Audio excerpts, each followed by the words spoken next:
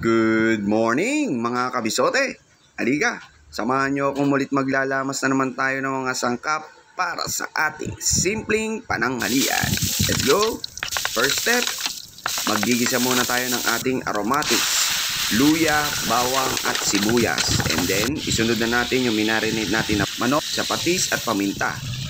Kapag nasangkot siya maigi, maglagay na tayo ng ating tubig. Sasabawan natin siya at lalagyan natin ng tanglad. Optional po yung tanglad mga kabisote. After 5 minutes, magdadagdag tayo ng ating panimpla, patis at paminta. At konting mekos-mekos lang.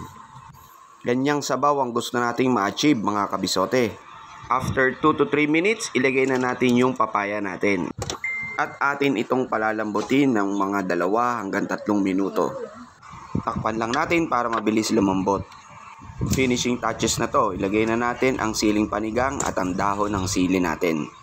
Shoutout muna tayo ng ating mga followers. Shoutout kay Solen Galang, kay Arina Sleva, kay Jessica Reyes, kay Emmanuel Eminique at kay Bong Alba. Maraming salamat sa inyo mga kabisote sa pag-follow.